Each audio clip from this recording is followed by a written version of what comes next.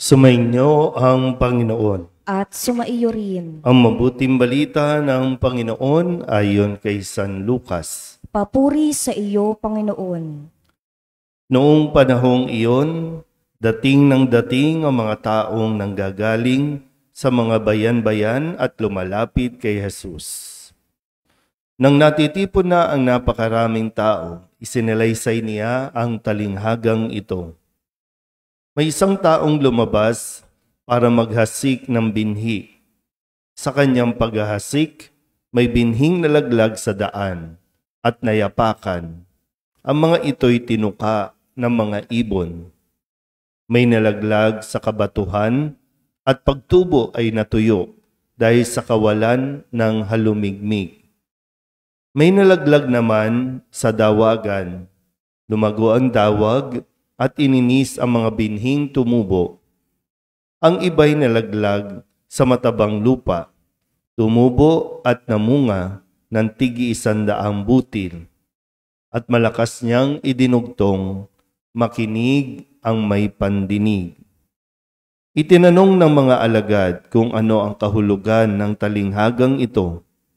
Sumagot si Jesus, sa inyo'y ipinagkaloob na malaman ang mga lihim tungkol sa paghahari ng Diyos, ngunit sa iba'y sa pamamagitan ng talinghaga, upang tumingin man sila'y hindi makakita at makinig man sila'y di makaunawa. Ito ang kahulugan ng talinghaga. Ang binhi ay ang salita ng Diyos.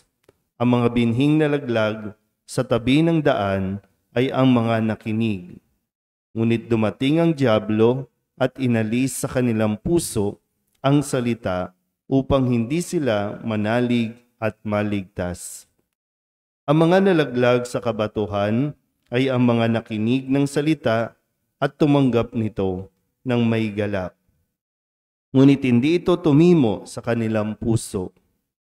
Naniwala silang sandali, subalit sa panahon ng pagsubok ay tumitiwalag agad. Ang mga nahasik naman sa dawagan ay ang mga nakinig, ngunit ng malaon ay nadaig ng mga alalahanin sa buhay at ng pagkahumaling sa kayamanan at kalayawan, kaya't hindi nahinog ang kanilang mga bunga.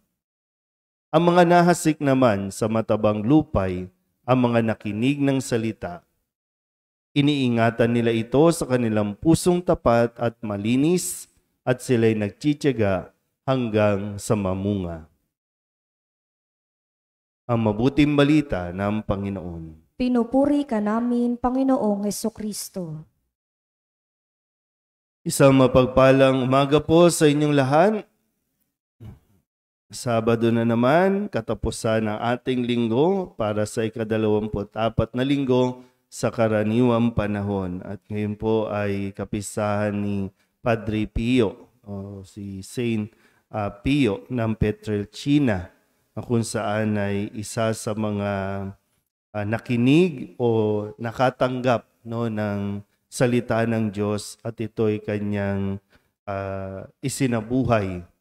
At ngayon ay pinararangalan natin bilang isa sa mga banal. Balikan po muna natin ang mga salitang inihasik sa atin sa buong linggong ito. Noong Lunes, inihasik sa atin ang salita na sinabi nung isang kapitan ng Romano.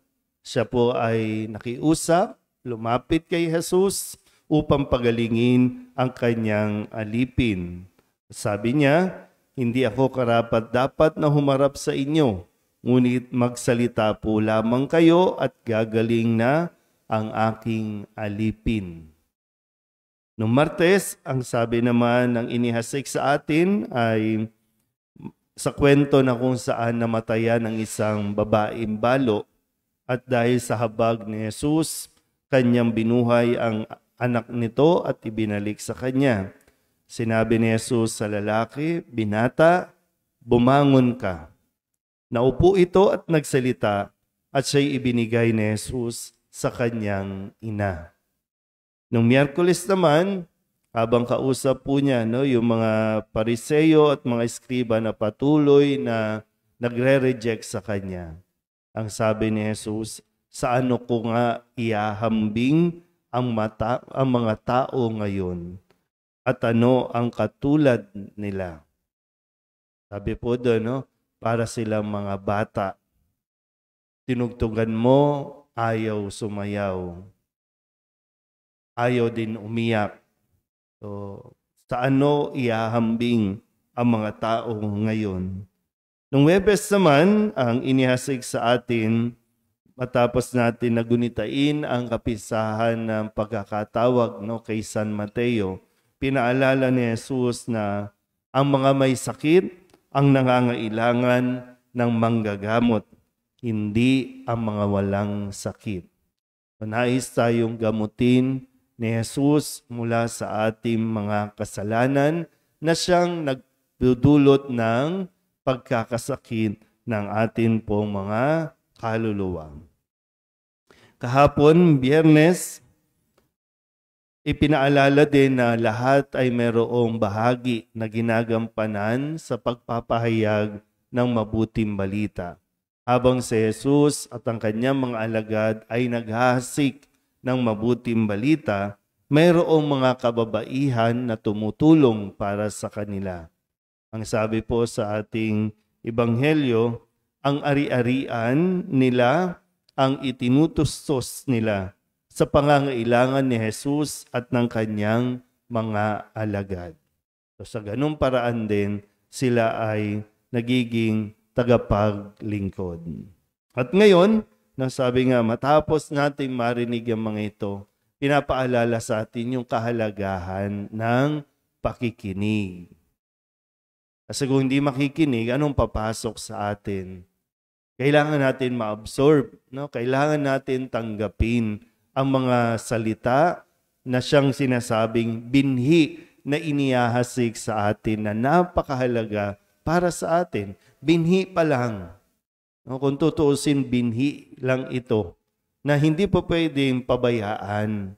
Kasi yung binhi, kailangan mo din pinagtsatsagaan. Kaya nga sabi dito no, sa huling bahagi ng ating ebanghelyo, kung matatanggap mo yan, iniingatan nila ito at sa kanilang pusong tapat at malinis at sila'y nagtsatsaga hanggang sa mamunga.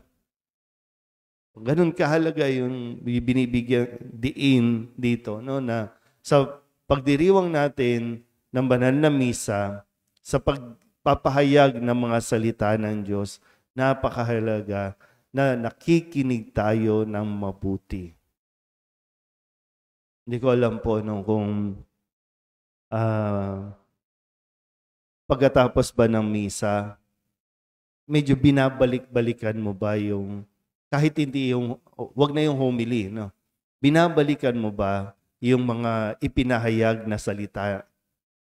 Maging sa unang pagbasa, salmon tugunan, yung ebanghelyo. Pagkatapos ba ng misa, binabalikan ng konti. Ano nga ba yun? No? O pagkatapos ng misa, paglabas sa paglabas, wala talaga tayong naalala. Para tayo nagkakaroon ng amnesia.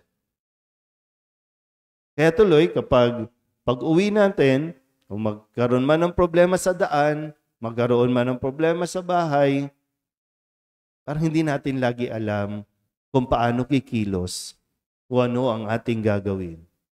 Pag nagkasakit na, hindi rin natin alam kung ano ang atin pong dapat na gawin. Kasi pag nagkasakit na, biglang, Lord, bakit mo ako pinababayaan? Lord, pinarurusahan mo ba ako? Kung mayroon tumitimo sa ating isipan ng mga salita ng Diyos, sa bawat pagsubok, sa bawat problema, ano bang sinabi ni Jesus tungkol dito? Ano bang sinasabi ng mga salita? Na ibinigay na nasa atin na kung tutuusin. Yun lang madalas, nakakalimutan natin. Kaya ngayon ito, no, yung disposition natin, yung disposition ng receiver. So, nasaan tayo dito sa mga ipinaliwanag ni Jesus na mga uri ng mga tagapakinig. Siyempre, ang inaasahan, sana po ay maging matabang lupa tayo. Kasi dun lang mabubuhay, doon lang lalago at mamumunga ang mga binhing inihahasig sa atin ni Jesus. So kung sakali, magtatanong pa tayo ulit, bakit ako? Bakit ito ang nangyayari sa akin? Kailangan lang talaga natin balikan ang mga salitang ibinigay sa atin ni Jesus. Amen?